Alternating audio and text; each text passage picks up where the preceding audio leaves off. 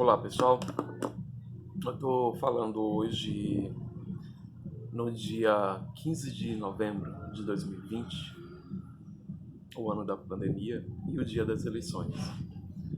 As eleições de 2020 foram adiadas para o mês de novembro e calhou de cair no dia 15 de novembro, dia da proclamação da República. E eu queria aproveitar o dia de hoje, portanto, para falar sobre um livrinho que trata sobre a proclamação da República. O livrinho é este aqui, ó. Massacre dos Libertos, sobre raça e república no Brasil. É um estudo do professor Matheus Gado de Jesus. O professor Matheus é sociólogo, ele é formado em Ciências Sociais pela Universidade Federal do Maranhão e fez mestrado e doutorado pela USP. Isso aqui é fruto do trabalho do Matheus na USP, da passagem dele na USP. E o que é o Massacre dos Libertos? O Massacre dos Libertos é uma análise do advento da República no Maranhão, que destoa deste evento histórico, se considera o Brasil por inteiro, na medida em que, nas outras partes, essa passagem foi relativamente tranquila, mas não foi assim em São Luís. Em São Luís, entre o dia 15, o evento, a data em que é proclamada a República no Rio de Janeiro, e o dia 17, a cidade fica em suspenso. Fica em suspenso porque as autoridades imperiais não fazem a defesa do Império. E tampouco tomam a frente do movimento republicano e instituem a República. Durante esses 2 dias, a cidade vive um vazio, por assim dizer, vazio institucional. E é neste cenário acontece uma coisa interessante em São Luís. As pessoas negras, os homens negros, fundamentalmente, as pessoas negras em geral, tomam as cidades de São Luís, tomam as ruas da cidade de São Luís e fazem a defesa do Império, fazem a defesa da monarquia, fazem a defesa da instituição que já havia caído no Rio de Janeiro. E essa defesa ela vai se avolumando. A cidade de São Luís é tomada por uma tensão durante esses 2 dias e essa tensão encontra uma resolução na noite do dia 17. Entre o dia 15 e o dia 17, um personagem, uma liderança local do movimento republicano, o senhor Paulo Duarte, que era jornalista, enfim, político, deputado, ele tentava fazer declarações, né, fazer manifestações públicas de que o regime agora era republicano e, portanto, ele tentava tomar a autoria da República no Maranhão, mas ele tinha sido negado para ele o acesso da Câmara, para isso que era um palco tradicional para manifestações desse tipo. Outros espaços da cidade também se fechavam, mas em reação a essa tentativa dele, que as pessoas negras da cidade se rebelaram. Elas marchavam pela cidade a gritos, com gritos de viva o Império, viva a princesa, viva o imperador e viva a monarquia. Assim foi durante 2 dias, até que no dia 17 o senhor Paulo Duarte resolveu que faria a manifestação que ele tencionava fazer no jornal dele. Essas pessoas que se manifestavam, as pessoas que se rebelaram na cidade contra este cenário, elas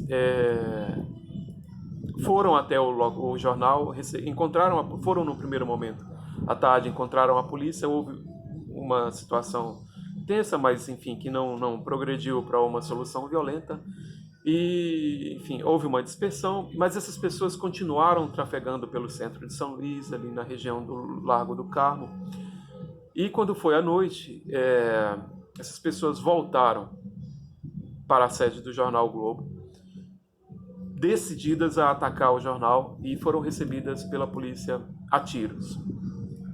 Este é o Massacre dos Libertos, certo? Esse massacre resultou em 3 mortes imediatamente no local do massacre. Sabe-se que pelo menos uma pessoa a mais morreu na Santa Casa de Misericórdia de São Luís. Muitas ficaram feridas, policiais também ficaram feridos, mas principalmente os manifestantes foi quem mais se feriu. É esse evento que o Mateus analisa. O Mateus analisa esse evento desde da sorte que esse evento teve na memória da historiografia maranhense, porque o Mateus vai mostrar que as fontes tradicionais da historiografia maranhense recusam o status de relevância histórica para este evento, tratam ele como uma coisa menor, localizada, e uma algazarra mais do que um evento relevante política e socialmente. E o Mateus vai demonstrar que se essa foi a sorte do evento, do massacre dos libertos na historiografia, não foi assim na ficção. O Mateus vai mostrar como a ficção tratou com mais carinho a sorte deste evento, né? A posteridade desse evento. O Mateus vai mostrar que o Josué Montello, por exemplo, dá o status de massacre e de relevância desse evento. Há um pequeno conto do Josué Montello que abre o livro Os Degraus do Paraíso, em que isto é devidamente registrado e é registrado como um massacre. Uma outra fonte valiosa, ficcional a respeito disso, está no livro contemporâneo, publicado um pouco depois dos eventos, mas por um contemporâneo, mais do que um contemporâneo, uma pessoa que muito provavelmente estava lá, que é o Astolfo Marques, que é um personagem interessantíssimo da história intelectual do Maranhão, porque ele é o único negro no grupo que funda a Academia Maranhense de Letras. E ele escreveu um livro dedicado inteiramente para o registro e análise da passagem do Império para a República em São Luís. O livro chama-se Nova Aurora. É um livro de 1912, se não me falha a memória. É uma raridade, não existe hoje no mercado. Existem algumas edições na Biblioteca Benedito Leite em São Luís. E colecionadores, talvez. Então é isso que o Mateus analisa, né? O Mateus vai analisar, então, o evento, a sorte do evento, né? Fazendo, em primeiro lugar, esse contraponto entre a historiografia e a ficção, né? Como que cada um desses campos lega a este evento um lugar diferente na posteridade, né? A memória trata diferentemente a memória do evento. Mas o Mateus faz mais que isso, né? Isso é só a abertura. O Mateus faz uma análise de como contemporâneos, especificamente, né? Impuseram uma interpretação para os eventos.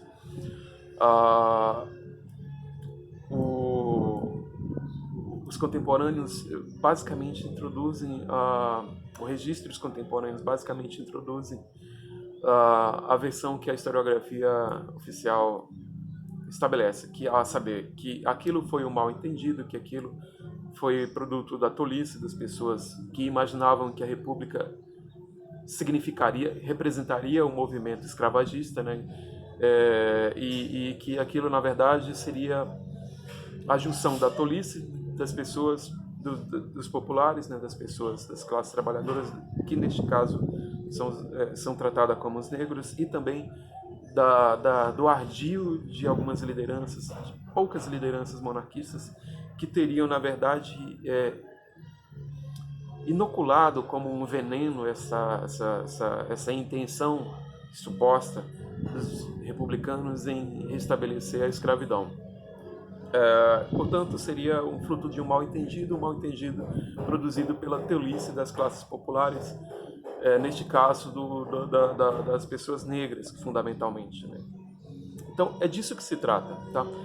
O Mateus, então, explora a sorte deste evento, explora os registros do evento, mas tem mais que isso, né? O livro do Mateus tem uma proposta mais ampla a partir deste evento específico, porque o Mateus vai dizer que este evento é um evento que expressa o evento do massacre dos libertos na noite de 17 de novembro de 1889 em São Luís, expressa um rearranjo mais amplo na percepção das categorias culturais a respeito da raça no Brasil, né? O que o Mateus vai defender aqui é que ali você tem uma espécie de estreia da ideia de raça moderna, da ideia de raça contemporânea, e que toda a produção do Brasil, o nascimento desse Brasil republicano, seria todo ele racializado com esta nova concepção de raça. Uma concepção nova de raça que entende a raça como produto de um grupo e não como um produto de uma posição social. Portanto, a raça pensada como uma característica biológica, característica de um grupo que marca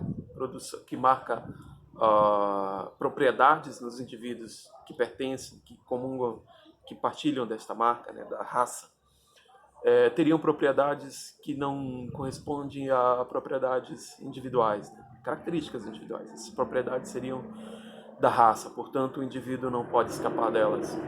Isso é muito diferente da ideia de raça que o Matheus advoga, que foi a leitura tradicional da raça, entendida como um sistema de posições sociais, de modo que as cores traduziriam não propriedades de grupo, mas propriedades das posições que os indivíduos ocupam no espaço social, certo? Essa, no fim das contas, o grande argumento do Matheus no Massacre dos Libertos, e que é costurado nas minúcias do evento, né? Essa grande narrativa sobre a passagem do rearranjo da classificação cultural da categoria de raça no Brasil é flagrada pelo Matheus neste evento. Há uns bons capítulos do Matheus em que o Matheus trata dos eventos, né? Quais são as versões, as fontes acessíveis que nós temos hoje, que permitem fazer uma exploração sobre os fatos, né? Isso tem uma boa discussão disso. Alguns documentos, especialmente do relatório da polícia, o Matheus disse que a historiografia tradicional, né, ela não se deteve contra ele. Ele é um documento fundamental. O Matheus explora este documento. Você tem uma análise do Matheus no capítulo 2, que é um capítulo sobre raça e cidadania na pós-abolição maranhense, em que o Matheus vai fazer uma caracterização muito importante, porque os eventos do Maranhão não são facilmente confundíveis com os eventos do Sul, especialmente da região próspera de produção de café, porque o Maranhão naquela quadra dos anos 80 do século XIX, ele é uma região decadente. O Matheus faz uma análise de como esta característica do espaço social do Maranhão impede que os eventos do Maranhão sejam facilmente confundidos na leitura mais geral a respeito do Brasil, que há muito tempo é produzida a partir do sul do país. É um capítulo bem interessante nesse sentido. O capítulo 3 trata da liberdade dos brancos, e é um tema bem interessante, a forma como o Matheus explora isso. E é fácil de perceber ecos da discussão do Matheus deste cenário do século XIX, agora no cenário do século XXI, onde o Matheus registra, e isso, claro, isso já é sabido na literatura, né, como que os brancos ricos lutaram, e não apenas os ricos, né, mas os brancos e proprietários proprietários de escravos, que em geral eram brancos, eles lutaram durante muito tempo pela indenização, e o Matheus faz uma leitura sobre como a liberdade ecoou nos grupos brancos, diferentes grupos brancos. Enfim, parte da discussão do Matheus específica sobre o tema, a leitura circunstancial do Matheus, é de tentar impor uma leitura que contraria a leitura convencional, que diz que aquelas pessoas que saíram nas ruas entre 15 e 17 de novembro de 1889 em São Luís eram pessoas tolas que estavam sendo manipuladas. O Matheus vai defender que aquelas pessoas sabiam muito bem o que estava em jogo e jogaram e puseram nas ruas de São Luís os seus próprios esquemas de classificação que traduziam as suas vivências. E que não só os contemporâneos, mas a historiografia que fez a posteridade dos eventos não foi capaz de perceber, né? Esse é um outro aspecto que o Matheus tenta traduzir neste livro dele. Enfim, pessoal, fim de tarde de 15 de novembro do ano 2000, dia de eleição, dia da proclamação da República, uma ocasião muito boa para falar sobre o massacre dos libertos, do professor Mateus Gato de Jesus. Eu recomendo muito a leitura. É um livro recém-publicado, este livro é de agosto ou setembro de 2020, não muito mais que isso. Tá? E é um livro muito da hora, eu recomendo que vocês leiam, tá legal? Leiam o Mateus. É isso, um abraço, pessoal.